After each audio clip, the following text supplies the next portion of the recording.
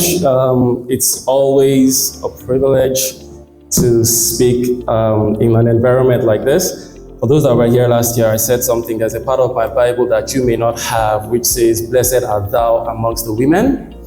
It's always an honor to be the only man, or probably one of the only few men, to speak in an all-women event like this. So thank you very much for this opportunity. For those that do not know me, if you're meeting me for the very first time, thank you very much for being here.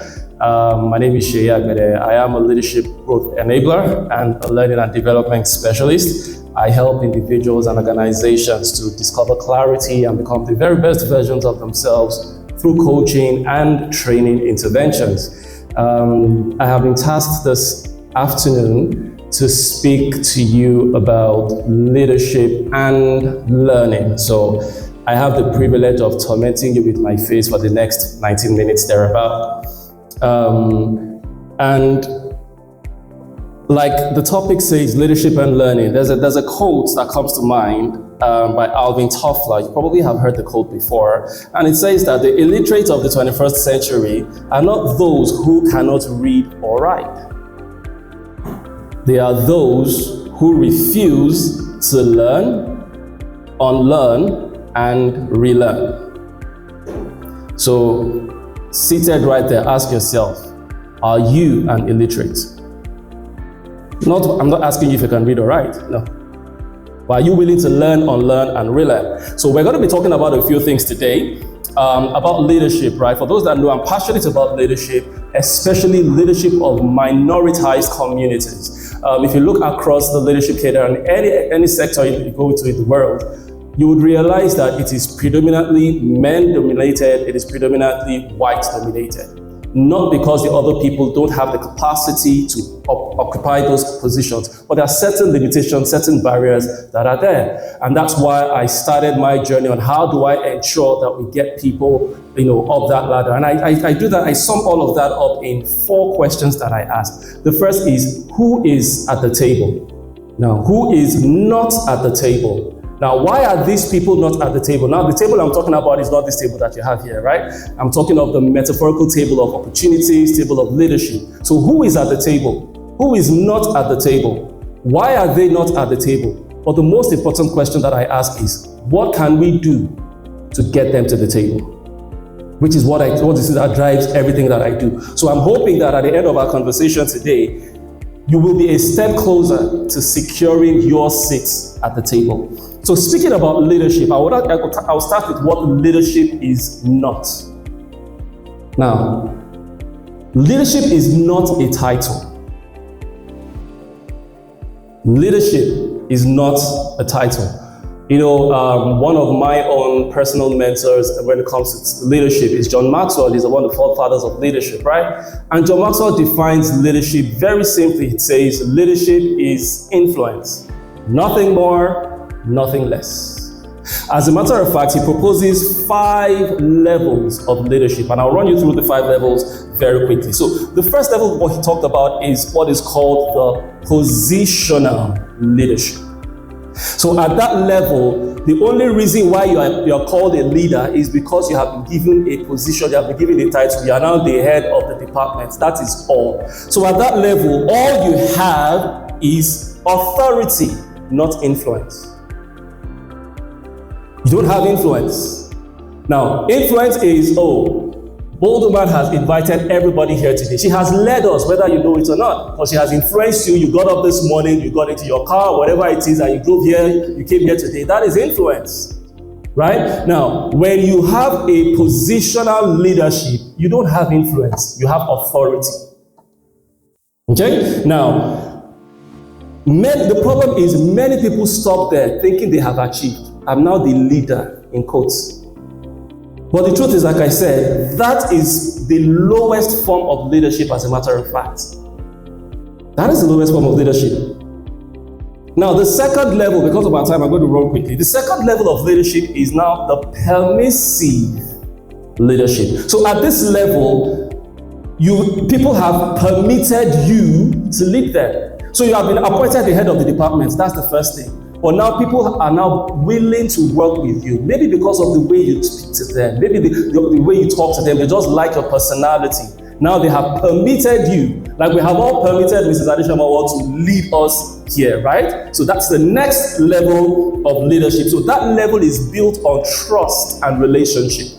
Now, after that, you graduate to what is called the production level of leadership. What happens at the production level? People are influenced by the products, the work of your hands. They can see the results. You are not just the head of the department for the sake of it. They know that when it comes to generating results, you generate the most results. So they will naturally just submit to you. Don't bother arguing with this person because she knows how to generate results.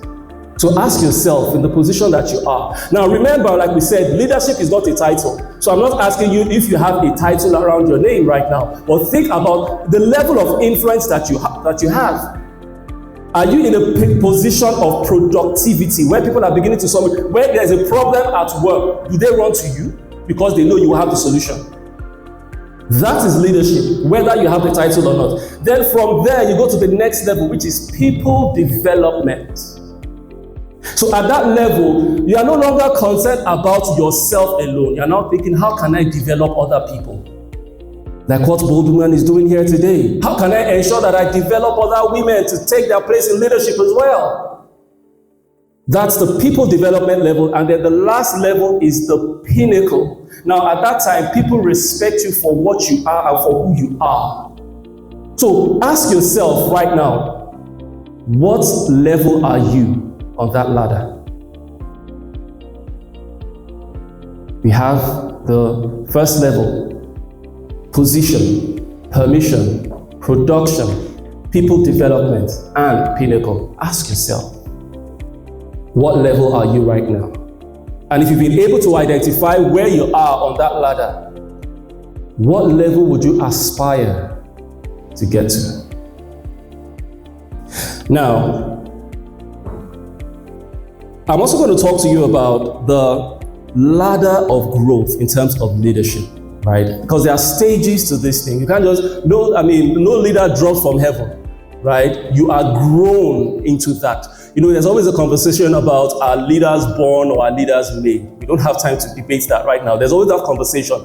But the thing is, you need to grow to that level. Any leader that you see today grew into that authority, that level of leadership. Now, what is the first level of growth as a leader? Lead yourself. You are the first lab rat in your capacity for leadership.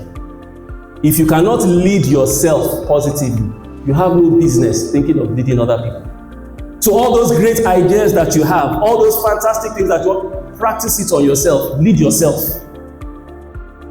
That's the first stage. Lead yourself. Self-leadership. Now, the next stage from that is lead others. Lead others. A good leader is not the one that only knows the way, but shows the way and goes the way. I was studying my Bible a couple of days ago, and this thing popped in my mind. David had the issue with Uriah's wife, because he was not a leader that went. If you read the Bible, it says that he was in the palace where the kings used to go to war. So if David was in war, he would not have time to look at another woman's wife. So a good leader is not the one that knows the way. David knew the way, and he told his men, go and fight the battle. But a good leader doesn't just know the way. He shows the way, and then he goes the way. Whatever gifting and talent God has given to you, if the only reason why God packaged all of those things for you is for you, then it is a colossal waste. God has packaged you with things that the world needs. You need to step out there. Thank you for Adebola that was speaking just now. You need to step out there and use your gifting and talents to affect the world. Then you move from that level of leading others to leading others to lead others. Leading others to lead others. We live in a world where social media, I call it the vanity matrix, right? You are looking for the number of followers that you have. So this person has 1 million followers, 150,000 followers. As a leader, you should not be looking for followers. You should be looking to raise leaders. So the true test of your leadership is not in how many followers that you have, but in how many leaders that you have created, that you have raised. So that's the third level on the ladder. So we've started with leading yourself, leading others, then leading others to lead others. And by the time you're working in the position of leading others to lead others, what happens is you move from arithmetic growth to geometric growth. What do I mean by that? By myself, there's a limit to what it is I can achieve.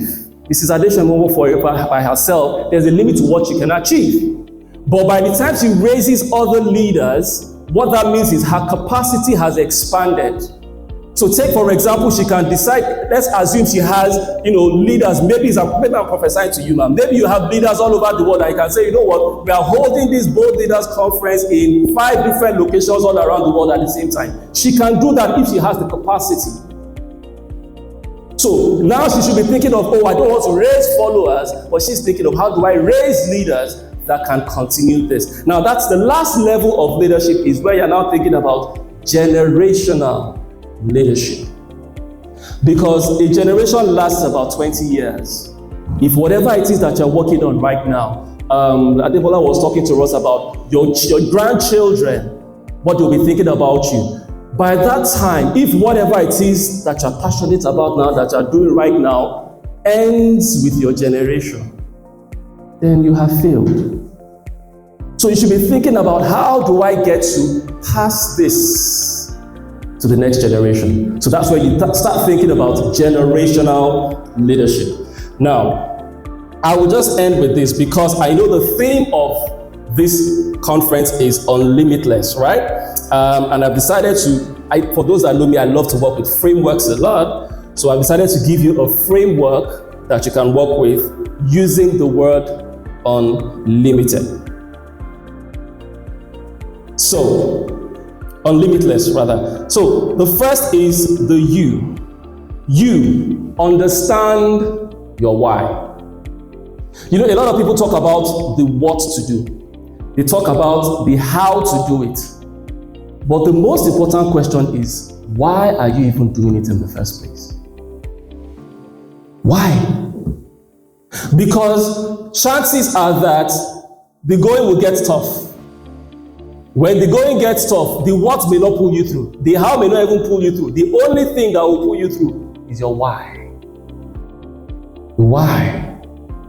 People ask me, we host conferences all over the world. Nobody pays me for the conferences. I'm happy to do it. Why are you doing it? Because of my why. My why is that I'm passionate. How do I leave the world a much better place than I met it? So you don't have to pay me for that. Even when things go wrong, that why is strong enough. So understand your why. That's the you. There was a quote by Simon Sinek. Simon Sinek is a very popular leadership coach as well. He says, people don't buy what you do. They buy why you do it. What is your why? I do a lot of business coaching and consultation and all of that. And so one of the first sessions I do with business owners, they think I'm going to come and we're going to be talking about, this is how you're going to market the business. This is how much money you're going to put in. No, we spend the first few weeks looking at your vision statement, your mission statement, your core values. Because if you miss it at that point, we're wasting our time. The business will crumble. So what is your why? Then your N, nurture your mindset. Your mindset is directly proportional to the success that you achieve in life. John Maxwell talks about the law of the lead. The lead, the cover of a cup or something. You cannot rise above, water in the cup cannot be filled above the lid. You cannot rise above your mindset. This is not about prayer and fasting. Your pastor can pour a bottle of anointing oil. You rise to the limit of your mindset. So if you want to grow in life, begin to grow your mindset. Then let's talk about your L. Learn, unlearn, and relearn. I've talked about this already. Learn, unlearn, and relearn. If you need to get mentorship, get mentorship. Ask questions. Well, you can ask AI too. Hopefully you get good answers. Then I, influence over position. We've talked about it. Leadership is not about position. I don't need a title to do what it is that I'm doing. But I have the influence. I go around the world today. Just last weekend, I was in London. By June, I'll be in Dublin. In August, we'll be in Dallas. It is influence. I don't care if I have a title. So influence over position. What is your M? Master your voice. Are you using your voice? And unfortunately, I can scan the room and I can see a number of us here are from African descent. Unfortunately, we grew up in an environment that, unfortunately I can't say that, okay, yes, thank you. Unfortunately, we grew up in an environment that stifles our voice. So you can't ask questions. How dare you ask me that? So we have grown up with that, and then we are living our lives that way, where you can't use your voice. This is the way you need to unlearn, relearn those things. We're nearly there. I initiate change. See, it's not enough to come to a place like this and you hear all of those things that you're happy, you're excited, you're some of those that you go into the church and pastor says, Pastor, preach it. And at the end of the service, what did the pastor say? So what are you going to do after this? We've talked about so many things, and a lot of speakers are still going to talk after this. What will you do? What are the action points? You may not be able to implement everything. What I recommend is pick 3 things that you're going to do. Just 3. So, initiate change. C, take aligned actions. And when I mean aligned, are those actions in line with your core values? With your vision? Like I said, the first thing I talk to anybody about is vision statement, mission statement, and core values. Right? My mission statement, my vision statement is to make the world a much better place than I met it. My mission statement is empowering individuals and organizations to discover clarity and become the very best versions of themselves. My core values are 4: lead, leadership, excellence, accountability, and purity. It's clear. All the people that work with me, they know it. We repeat it every day because it's the foundation. If you don't have yours, I need to be asking you why. And in case you are thinking I'm not an organization, seated in you right there are at least 10 trillion cells in your body, arranged in 73 organs. We have the medical people in the house. We have at least 73 organs in your body. A cell is a living organism on its own. It's a living part of you. So that means you have at least 10 trillion employees in you, and you think you don't need a vision statement. You think you don't need a mission statement. You think you don't need core values. Let's go on. Take aligned actions. L, lead with empathy. Adebola was talking about AI. I was speaking to a group yesterday about AI, and I was saying to them that AI would replace certain things, yes, but there are certain things AI cannot replace. AI can't replace empathy. AI does not have human feelings. So instead of you focusing on, hey, will AI take my job, build that aspect. I thank God he was talking about that. Build those aspects that AI cannot replace. Empathy. E, elevate others. How can you help and elevate others as much as possible? The first S, stand firm in storms. Storms will come. Nobody is promising you that there will be no storms. If you ask Bold Woman, yes, this is 10 years. I'm sure they've had several challenges along the way, but they're still standing. I had a conference in London last week. I was saying to people, I almost canceled the conference. Well, I never thought about it because I'm one of those that whatever things that happens, I had all the challenges that could happen in the world against that conference. But guess what? It was one of the best conferences we had. So the storms will come. You need to stand firm. And then the last S, step into the rooms you thought you didn't belong to. For those of you that know, I'm an educator.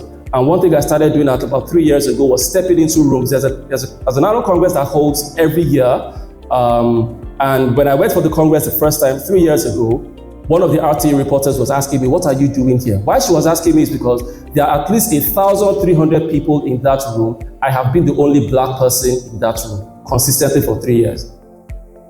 Last year when I went to the congress, I didn't just attend the congress. I spoke at the congress to speak about my passion about diversity and inclusion.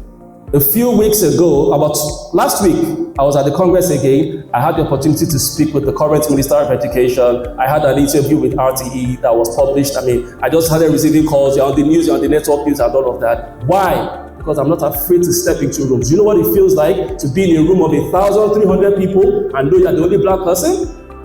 But I'm not afraid. And I don't go there to keep quiet so that they don't chase me out. No, I'm going there to use my voice. So ladies, and the few gentlemen that are here to support the ladies as well, I challenge you today, use your voice. Thank you very much.